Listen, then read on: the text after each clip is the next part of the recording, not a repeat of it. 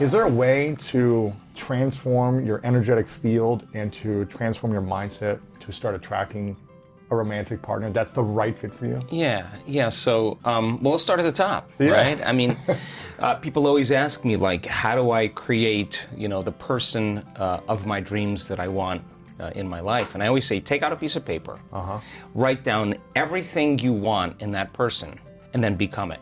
That's it. Because so many people have so many interesting definitions about what they think love is, right? And so some people have it in terms of need. Some people have it in terms of sexuality. Some people have it in terms of control and dominance and success. And so those are different experiences that really don't lead to this concept called love. And so my theory in a relationship, I was in Australia for 3 weeks, and I was doing this big book tour, and I was on all these television shows and all these radio shows, and I wanted to talk about the science of changing your mind, the neuroplasticity, epigenetics, and every television show they were asking me about soulmates, how do you create? And I was just so tired by the end of this tour. I was at the Establishment Hotel in Sydney, and I was sitting with the CNN reporter, and an attractive woman, and she said, how come I can't create the relationship that I want? And I just was so over it. I just looked at her and I said, let me ask you a question. Would you go out with you? Which is really the fundamental question. So I have a couple theories about relationships that I think are really important, and I use the same exact principles with my life. First of all, I will never work in a relationship, and I don't think anybody should work in a relationship. I think if you're working in a relationship, something is not clicking, something is not right. But if you bring your best, and the person that you're with brings their best, and you celebrate your life together, then there's constructive interference, there's growth, there's energy. If you're not at your best and you show up, more than likely you're going to pick someone or something apart, and it's better that you remove yourself for a period of time and get back into your heart and present yourself at your best. And so if you're not there and you need a mirror or a reflection, then it's good to ask, am I missing something? Am I not seeing myself in some way? And then there's a healthy conversation when you invite it. But if you're not invited to contribute your opinion, then it's better off that you don't, right? So people always say, I want a loving relationship, but what they really want is happiness, really. So we do these meditations to create love in our lives. And it could be love in familial relationships with your siblings, it could be with your parents, it could be with your friends, or it could be with a significant other. And so if thoughts are the electrical charge in the quantum field, and feelings are the magnetic charge in the quantum field, and how you think and how you feel broadcasts an electromagnetic signature that influences every single atom in your life. The thought sends a signal out, and the feeling is the magnetic field that draws the event back to you. Right. So if you're not in a place where you're in love with life, or in love with yourself, or practicing diminishing your emotional reactions to certain people or conditions in your life, and you're living in anger or hostility or judgment or fear, and you want a loving relationship, there is no magnetic field for you to draw that to you. And in fact, if you say to me, well, it's that person or that circumstance that's caused me to feel this way, then I would say, you mean that person or that circumstance is controlling the way you feel and the way you think. And anything that controls the way we feel and the way we think, we are victims to, right? So most people are unconsciously responding to the conditions in their environment, experiencing emotions that are derived from the hormones of stress. Those emotions cause us to feel separate from our dreams. They heighten our senses, so if we can't see them, it doesn't exist. The threat or the danger puts us in emergency mode, and we can think positively about the relationship we want. We could send the signal out into the field. We could have pictures. We could remind ourselves of what it is. But if you're not drawing the experience back to you, because your response to the environment is actually weakening your organism, it's weakening your response, is actually weakening the body, then you will be, as a victim, more vulnerable to the conditions in your environment, whether they're large or small. And I'm talking about microorganisms as well. So if you wanted a true relationship where it was fundamentally based on this concept called love. Now let's talk about that, because we practice this a lot in the work that we do. If you could truly begin to practice trading those survival emotions every day for elevated emotions, and you practiced opening your heart, it's a skill that has to take place where you move out of survival. So people say, well, I can't open my heart. I can't feel love. And I say, well, what do you practice feeling? Because whatever you practice feeling, you're feeling most of the time. And that feeling could be guilt, but you're so used to it, you wouldn't even know it's guilt. It just feels like you. Are most people practicing a feeling, or are they just reacting to how they feel? Well, they're reacting to their external environment. What's happening? Or they're reacting to some stray thought in their mind, and every thought produces a chemical. So if they have an unhappy thought, they feel unhappy. If they have a judgmental thought, it produces chemicals that makes you feel polarized, right? So how much does one thought change your chemical body? Oh, that's an interesting question. So let's just we'll put this on hold okay, here. Yes. So the stronger the emotions that we feel from the problems and conditions in our life, the more altered we feel inside of us, the more we pay attention to what's causing it outside of us. So if you have an event in your life, an experience in your life that has a strong emotional charge to it, and you don't feel like your normal self, you feel this alarm system switch on. You're going to narrow your focus on the cause, and the brain's going to take a snapshot, and that's called a long-term memory, right? So then what people don't know is that every time they think about that event, they're producing the same chemistry in their brain and body as if the event was occurring. And in that moment. In that moment. So the highly charged event is actually producing the emotion, and the body is so objective that it doesn't know the difference between the real experience that's creating the emotion and the emotion that the person is fabricating by thought alone. The body's believing. It's so objective, it's believing it's in the same environmental experience. So the highly charged emotional events, some people think of their ex, and the thought of that person makes them sick. Makes them feel out of balance. So, and one image, one thought in their mind makes them feel out of balance. So all you need is an image and an emotion, a thought and a feeling, a stimulus and a response, and you're conditioning your body emotionally into the past.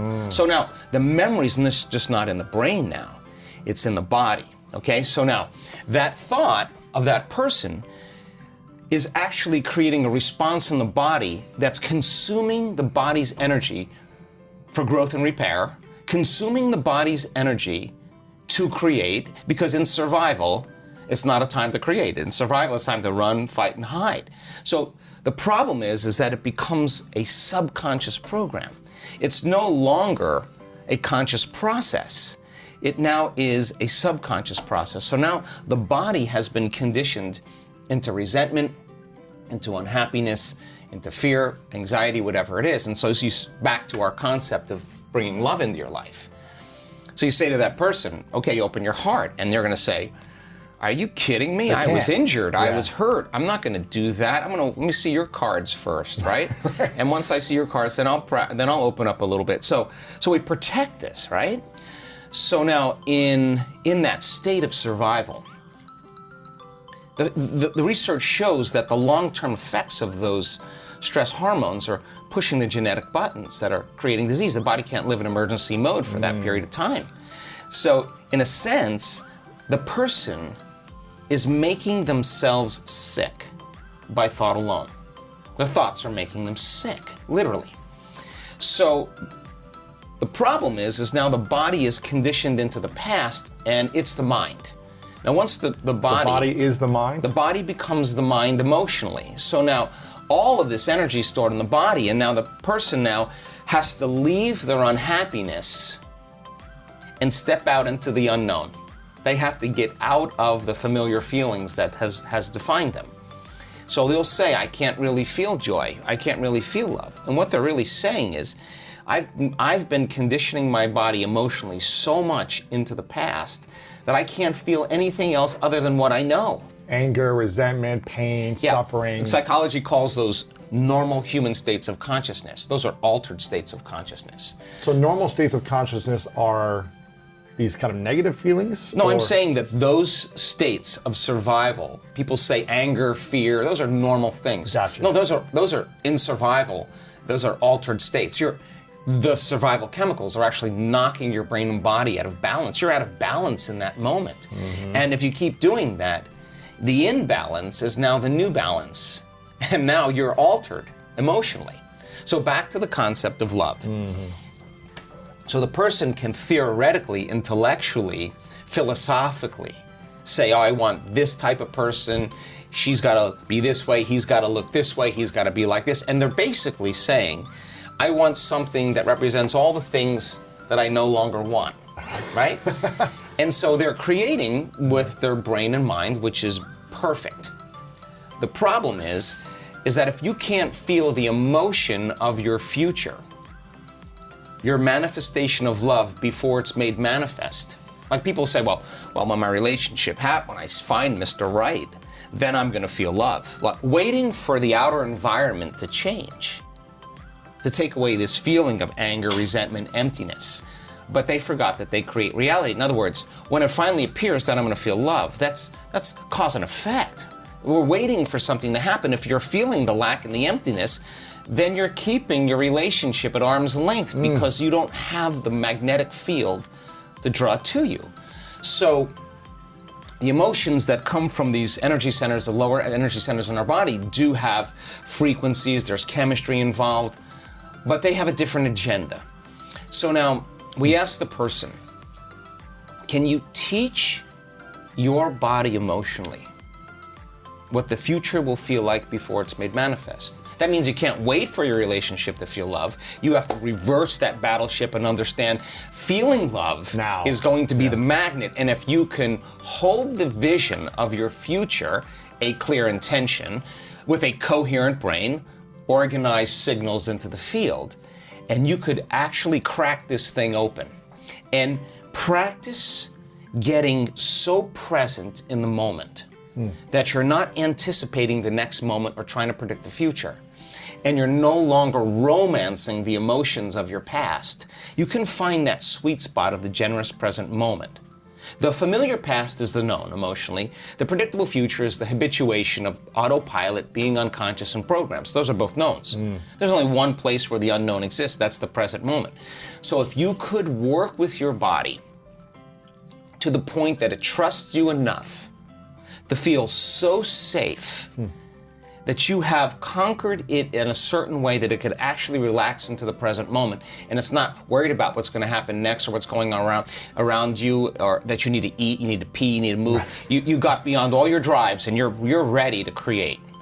That moment where you're present, if you could begin to work with your heart and start to breathe and start to practice feeling love. In the beginning, it would feel foolish or gratitude. Why would I feel love if it hasn't happened? Well, that's because you've been hypnotized into waiting for your world to change to feel the emotion from the experience. Wow. But according to the quantum model, your emotion ahead of the experience, when you combine that clear intention with the elevated emotion, and you feel love, your body's so objective that it's actually believing it's living in that future in the present moment. And your body now is beginning to change. You are beginning to change your biology to reflect what you're about to experience in your future. So the stronger the love you feel, the more altered you feel inside of you, the more you're going to pay attention to that picture in your mind. Stimulus, response, memory, emotion, thought, and feeling. But now you're remembering your future. instead of remembering your past. And biologically, it's actually the same. Remembering your future as opposed to remembering your past? Right, it's the same thing biologically. The body experiences it the same way by thinking and imagining something that hasn't happened yet, but it will happen. Okay, well, and imagining something vividly from the past that happened. Sometimes our brains trick ourselves in thinking it happened a different way, doesn't it? Yeah, but that's incidental. It's none of your business how it happened. In fact, it's how you interpret it. Exactly. It's your perception, right? So then the stronger the emotion you feel from some outer experience in your life, the more altered you feel, the more the brain freezes the frame and takes a snapshot. Well, now you're freezing a frame in the outer environment. But if you're truly in the present moment and you know exactly what you want, and you begin to teach your body emotion, start practicing opening that heart, it's amazing what happens. The moment that heart begins to open, we've measured this so many times, Lewis, on a scan, on a real-time brain scan. When the heart moves into this kind of rhythm, when you're feeling frustration, when you're feeling impatient, when you're feeling resentment, you are stepping on the gas pedal and you're stepping on the brake at the same time, and the heart is pumping against a closed system, and it causes an erratic beat. It becomes incoherent.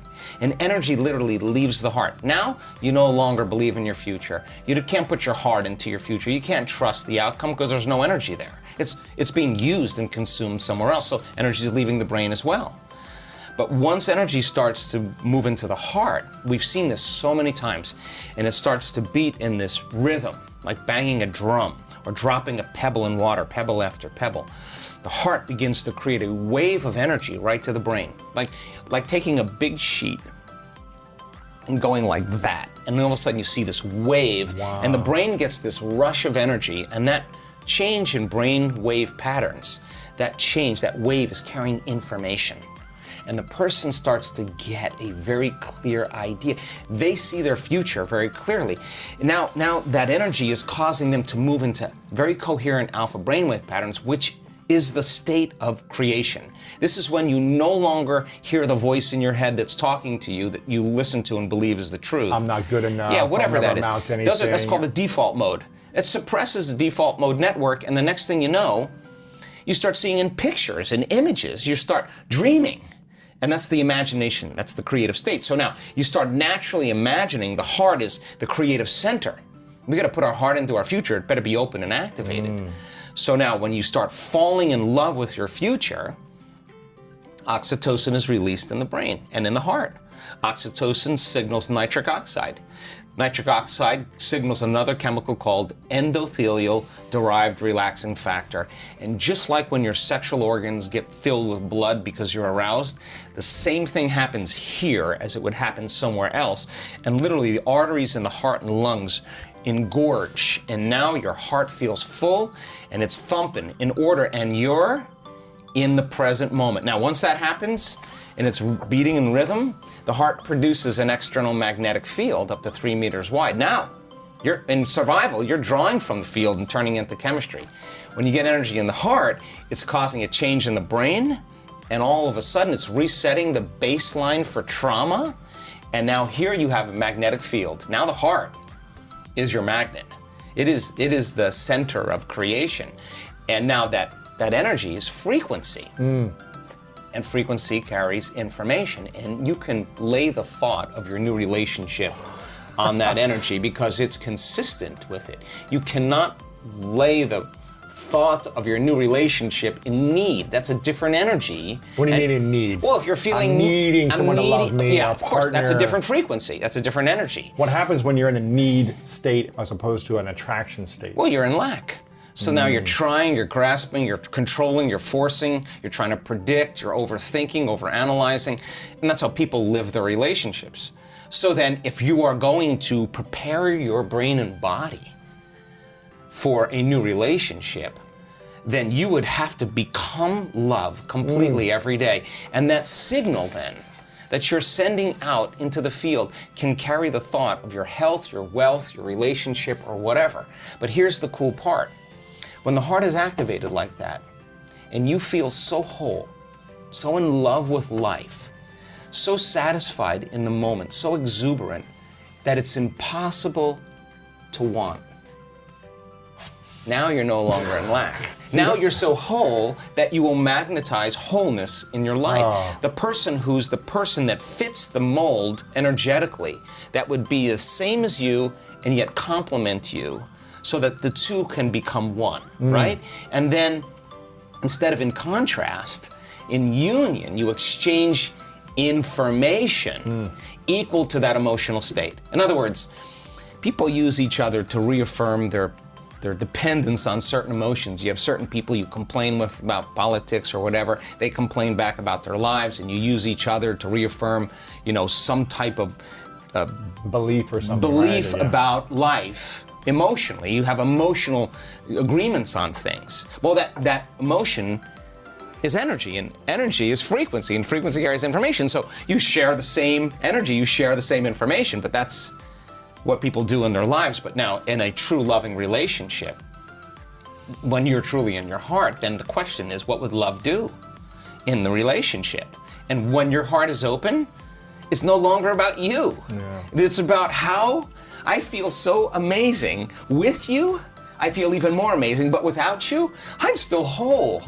And so now I'm no longer in need or lack.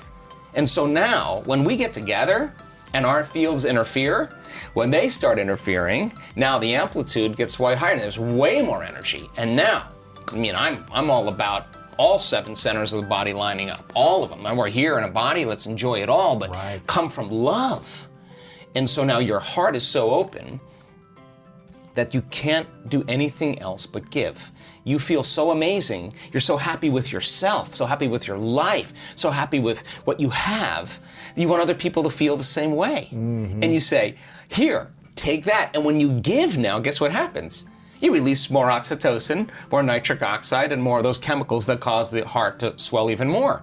Then all of a sudden, your immune system gets stronger, and all of a sudden your body starts feeling better, you start having more energy, and now the constructive interference between two people that are coming together in wholeness and no longer dependence or lack or separation or need is a different game. So then what they do to protect, to nurture, to grow, to evolve that love is one of the most important things that they have. Not because they're doing it out of obligation or because they're married or whatever.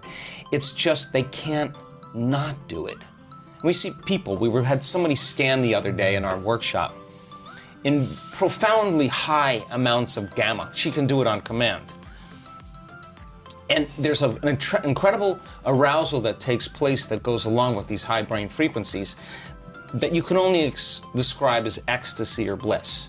Now you're getting that ecstasy and bliss, not from anyone or anything out there. No drug, no person, no football game, no shopping spree is doing that. It's somehow inside. It's coming from within. Like, what is that connection that you have? And so one of the scientists said to this woman, how do you do that? You know what she said? I have difficulty not doing it. I can't not do it when I'm in a it's too when I'm doing this, it's too good. So now that could be a constant feeling in your life. So now, what, love? Independent of anyone or anything, it's coming from within you. Okay? So think about this. Whether you're in a relationship or single. Doesn't matter, you're whole. Your love is not wavering, it's constant, right? So now imagine having this feeling. And when oxytocin is released, what most people don't know is that it seeps into the amygdala. And there's certain survival emotions in the amygdala: fear and anxiety, aggression and anger, pain and suffering. And it literally shuts the lights out in those circuits in the amygdala. And there's only one thing left: love and joy, right?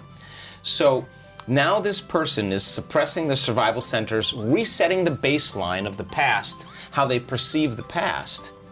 And now the research on oxytocin shows that when you have just a slight level of increase, and our research shows our students are way outside of normal, that it's impossible to hold a grudge.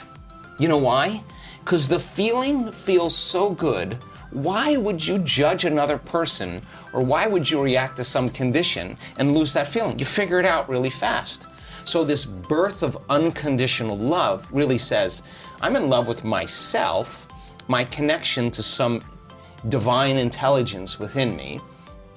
And because I'm so in love with life and with myself, I'm looking at life through the lens of love, which means I'm going to allow you to be whoever you want around me. I don't really, I'm no longer... Not a reaction. I'm not a reaction because I've overcome my fear, I've overcome my anger, and now I'm ready for love.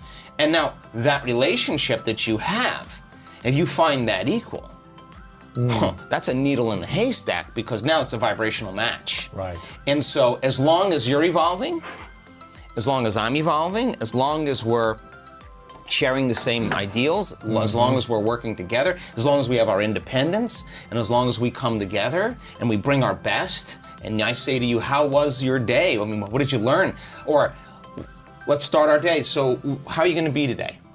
Come on, let's just support each other. So what are the programs you're going to stay away from? Are you going to rush? You know, what did you do yesterday that you want to improve today? How can I support you? How can I love you in that? You want to text at noon? What do you need? And then, how am I going to be? Okay, tell me how you vocalize it, articulate it, so that now I understand your intention and I can support. That's good. And so then, when the person can articulate it, what are they doing? They're rehearsing in their mind who they're going to be, and so now they're becoming conscious of that future. And then they have to work on staying conscious of their unconscious programs, and by articulating that, they're going to not let those thoughts slip by as well. So then, now you have two people in evolution. It's no longer about all the other things. It's not about the money. It's not about the sex. It's not about the weight. It's not about the diet. Those are all things that we already know. This is something else. This is a whole nother level where when you exchange and evolve on this level, it's the most important thing, because now you see that person as a mirror. Oh my God, she did amazing. I'm in love with her. I admire her. Wow, she's got it going on. She executed today. She got her behaviors to match her intentions, and I want to celebrate her. Like wow, I'm in awe. That to me, you don't work on that. You work on you.